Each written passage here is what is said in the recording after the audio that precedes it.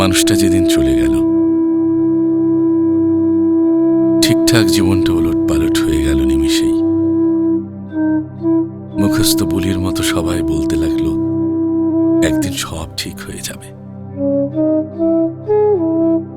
অনুভূতিরা বোধ হয় গোলাপের পাপড়ির মতো, একদিন শুকিয়ে কাঠ হয়ে যায়।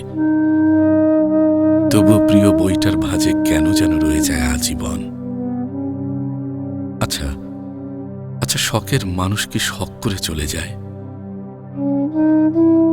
কখনো নিয়তি এসে মৃত্যুর গল্প শোনায়, কখনো অবহেলা নেমে আসে অসময়ের বৃষ্টির মতো, কখনো পোষ নামানা শালিকের মতো উড়ে যায় মানুষটা, কখনো মন উঠে যায়। একদিন সকালে মানুষটা শীতল কণ্ঠে জানায় সে চলে যাচ্ছে। আমি ফ্যাল করে তাকিয়ে তার প্রস্থান দেখি, যেমন করে কাঁধে ভারী ব্যাগ নিয়ে হাঁপাতে হাঁপাতে শেষ ট্রেনটাকে স্টেশন ছাড়তে দেখে অসহায় যাত্রী। প্রিয় মানুষের প্রস্থান জীবনে একটা দাগ কেটে যায়।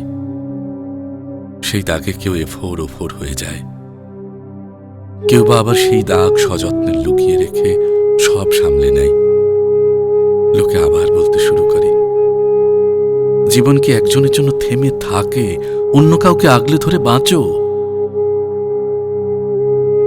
শেষ ট্রেনটা চলে যাওয়ার পরে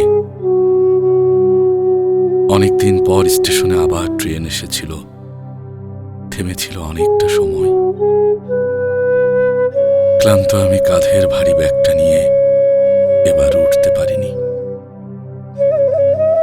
ব্যাগের ভেতর শুকনো গোলাপের পাপড়ি, এক বর্ষা নিংড়ানো স্মৃতি, অবহেলার বরফ গলা নদী, সহস্র পাতার প্রত্যাখ্যানের মহাকাব্য আর প্রস্থানের শোক সভা, সব রেখে দিয়েছিলাম।